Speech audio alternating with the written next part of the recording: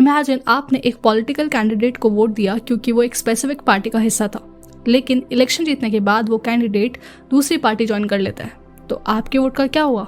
आपके ट्रस्ट का क्या? इसी प्रॉब्लम को सॉल्व करने के लिए एक लॉ बनाया गया, एंटी डिफेक्शन लॉ।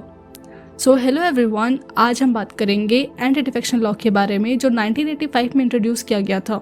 इसका काम ये इंश्योर करना था कि पॉलिटिकल स्टेबिलिटी बनी रहे और इलेक्टेड रिप्रेजेंटेटिव्स अपने वोटर्स के साथ ईमानदारी करें। एंटी डिफेक्शन लॉ एक ऐसा रूल है जो एमपीज और एमएलएस को डिस्क्वालीफाई कर सकता है अगर अपने पार्टी को वो वॉलंटरीली छोड़ देते हैं। मतलब अगर एक एमएलए अपनी पार्टी को रिजाइन करके दूसरी पार्टी ज्वाइन कर ले तो वो डिस्क्वालीफाई हो सकता है। और पार्टी के खिलाफ अगर वो वोट करे तो, मतलब अगर एक पार्टी किसी बिल को सपोर्ट कर रही है और उनका मेंबर उस बिल के अगेंस्ट वोट करे बिना परमिशन के, तो वो डिस्क्वालीफाई हो सकता है।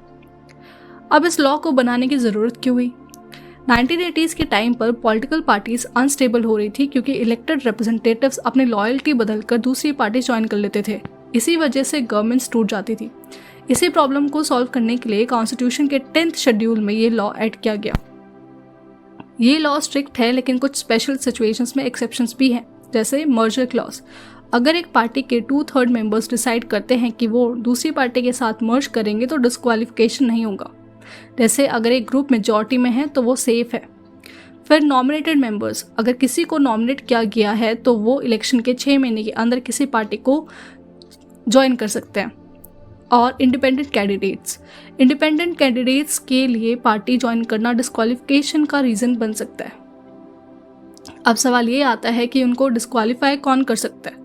ये डिसीजंस लेने का काम होता है स्पीकर ऑफ द लोकसभा या स्टेट असेंबली स्पीकर के पास। लेकिन अगर स्पीकर बायस्ड हो या डिसीजन डिले करे तो ये मैटर कोर्ट तक जा सकता है। ये लॉ इंपॉर्टेंट तो है, लेकिन इसका मिसयूज और ड्रॉबैक्स भी है, जैसे फ्रीडम ऑफ स्पीच की रेस्ट्रिक्शन। एक एमपी या एमएलए अपने पार्टी के डिसीजन के अगेंस्ट वोट नहीं कर सकता, चाहे उनका पर्सनल ओपिनियन कुछ और हो। साथ में स्पीकर का बायस होना। स्पीकर कभी कभी अपने पार्टी के फेवर में डिसीजन ले सकते हैं जिससे उनका बायस होना दिखता है। और अकाउंटेबिलिटी इश्यूज, यानी रिप्रेजेंटेटिव्स वोटर्स की बजाय अपनी पार्टी के लिए आंसरेबल बन जाते हैं। इसीलिए इस प्रॉब्लम को सॉल्व करने के लिए कुछ लोगों ने कुछ सजेशंस दिए, जैसे डिसीजन लेने का काम किसी इंडिपेंडेंट बॉडी जैसे इलेक्शन कमीशन को देना चाहिए, और एंटी डिफेक्शन लॉ को सिर्फ इंपॉर्टेंट केसेस जैसे कॉन्फिडेंस मोशंस पर लागू करना चाहिए। पर आपको क्या लगता है, क्या ये लॉ डेमोक्रेसी को स्ट्रेंथन कर रहा है या इसमें कुछ और चेंजेस की ज़रूरत है? आपके विचार मुझे कमेंट्स में ज़रूर बताएं।